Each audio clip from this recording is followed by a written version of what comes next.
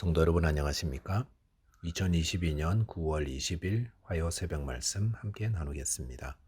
함께 나누실 하나님 말씀은 창세기 26장 1절에서 11절까지입니다. 본문에서는 이삭이 그랄로 내려간 사건이 기록되어 있습니다. 본문을 통해 성도는 하나님 말씀을 의지하여 어려움을 이겨나가고 또 하나님 말씀을 의지하여 맡은 사명을 따라 살 수 있음을 묵상하겠습니다. 첫째 묵상할 내용은 성도는 하나님 말씀에 의지하여 어려움을 이겨나간다라는 것입니다.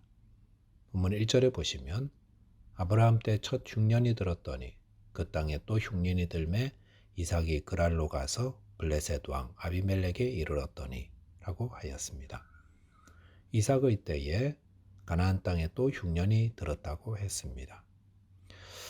당시 팔레스타인 지방은 건조하고 또 물을 담을 큰 댐이 없기 때문에 적절하게 비가 내리지 않으면 가뭄으로 크게 어려움을 겪게 되는 곳이었습니다.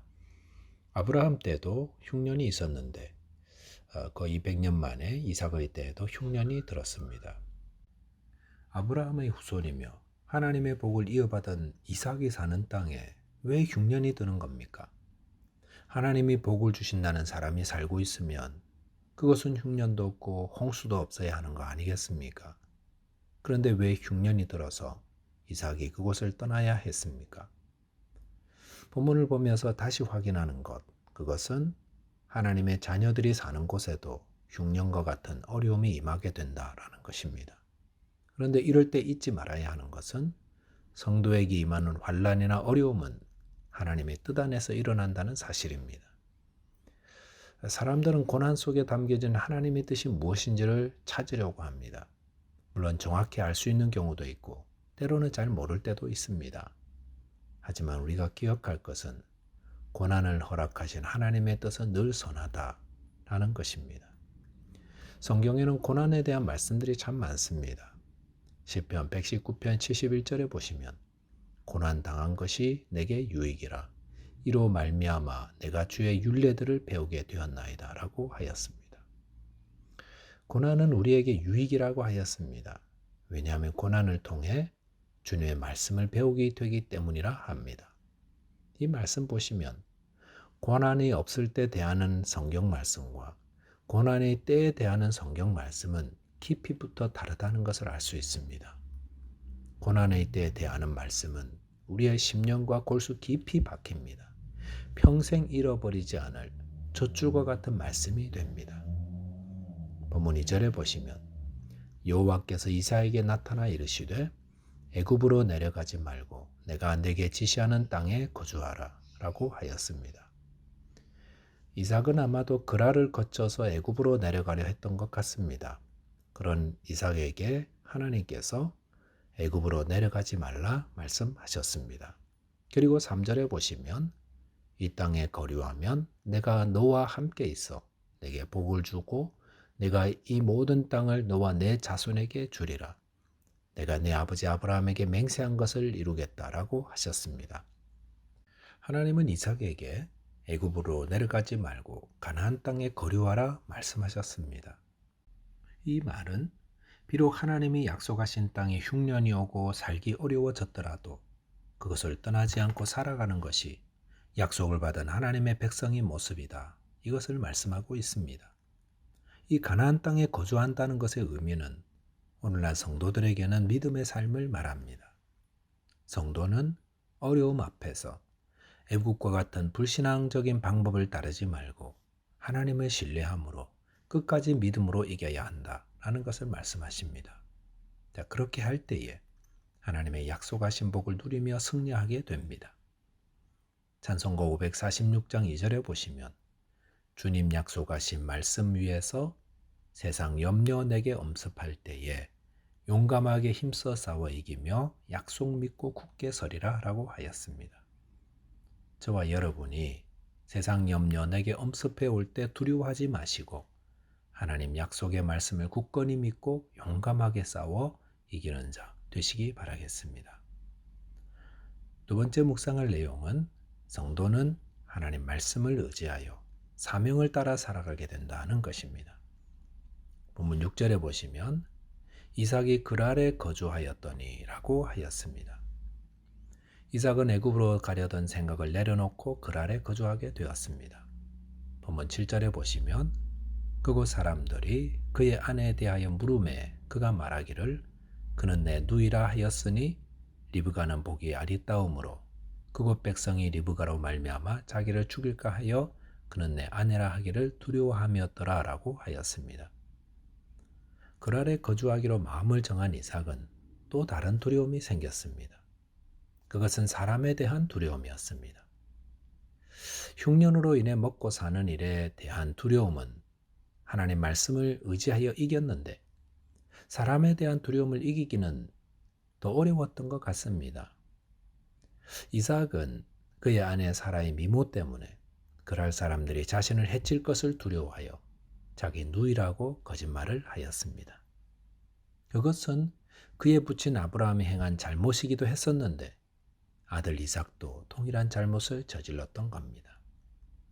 그런데 그 결과는 어땠습니까? 아브라함이나 이삭이나 똑같은 잘못을 반복하였고 똑같은 어려움을 겪었습니다. 그런데 만약에 저와 여러분이라면 어떻게 했을 것 같습니까? 곧 죽더라도 이 여자는 내 아내입니다. 이렇게 말씀할 수 있을까요? 아마도 많은 분들이 아브라함이나 이삭과 같은 거짓말을 반복하지 않을까 생각합니다. 왜냐하면 우리는 모두 연약한 자들 아닙니까? 연약하기 때문에 이삭과 같은 상황에 처하면 용기 있게 하기보다 어떻게든 위기를 모면하려고 거짓말도 하고 비굴해진다는 겁니다. 그러면 어떻게 해야 합니까? 두려운 상황이 생길 때마다 나는 연약하니까 죄짓고 거짓말하고 비굴해져야 하는 겁니까? 결코 그렇지 않습니다. 우리는 우리 힘으로 그 연약함을 이기지 못하지만 하나님이 함께 하시기에 그 하나님을 의지하여 우리의 연약함을 극복할 수 있습니다. 본문 2절로 다시 돌아봐 보시면 하나님은 이삭에게 그 땅에 거하라고 하셨습니다. 그런데 하나님이 거류하려고 하신 그 땅 어떤 곳입니까? 남의 아내를 빼앗기 위해 그 남편을 죽이기도 하는 불법이 횡행하고 아주 위험한 곳입니다. 그런 곳에 하나님이 거하라 하십니다. 하나님이 그런 데인 줄 모르고 거하라 하신 것이 아니실 텐데 그렇다면 그곳에서 어떻게 살라고 그곳에 거하라 하시는 것입니까? 다시 3절 말씀 보시면 하나님이 무엇 하십니까? 이 땅에 거류하면 내가 너와 함께 있어 라고 하셨습니다. 하나님이 무엇 하십니까? 이 위험한 땅에 이삭이 하나님 말씀에 순종하여 거주하면 하나님이 그와 함께 있는다 하셨습니다. 그리고 그에게 복을 주고 그 모든 땅을 이삭과 그 자손에게 주겠다 하셨습니다. 그리고 4절에 넘어가 보시면 내 자손을 하늘의 별과 같이 번성하게 하며 이 모든 땅을 내 자손에게 주리니 내 자손으로 말미암아 천하 만민이 복을 받으리라 라고 하였습니다. 하나님이 이삭에게 하신 말씀은 무엇입니까? 어떻게 이 위험한 가나안 땅에서 살아남을까? 이것이 아니었습니다. 하나님이 이삭에게 말씀하신 것은 어떻게 이 가나안 땅에서 번성하게 될까입니다. 그리고 어떻게 이 땅에서 천하 만민으로 복을 받게 하는 복의 근원이 되는가입니다. 성도 여러분, 우리는 생존을 위해 사는 자가 아닙니다. 성도는 하나님의 약속하심을 성취하는 자로 살아가는 자입니다. 이것이 가능한 것은 하나님이 함께 하시기 때문입니다. 이 하나님의 말씀을 믿고 순종하는 자가 될 때에 성도는 하나님의 약속하신 바를 성취하는 복의 통로가 되는 것입니다. 말씀을 정리하겠습니다. 성도는 하나님 말씀을 의지하여 모든 어려움을 이길 수 있습니다. 또한 우리에게 하신 말씀에 온전히 순종함으로 맡겨진 사명도 온전히 이루는 자 될 수 있습니다. 기도하겠습니다. 하나님 아버지, 여러 어려움과 문제 앞에서 두려워하기보다 하나님 말씀에 순종하여 이기는 자 되게 하여 주옵소서. 또한 하나님 말씀을 의지하여 주님 약속하신 바 우리에게 맡긴 사명을 충성스럽게 감당해내는 주의 백성들 다 되게 하여 주옵소서. 예수 그리스도 이름으로 기도하옵나이다. 아멘. 오늘도 믿음 안에서 승리하는 하루 되시기를 바라겠습니다. 감사합니다.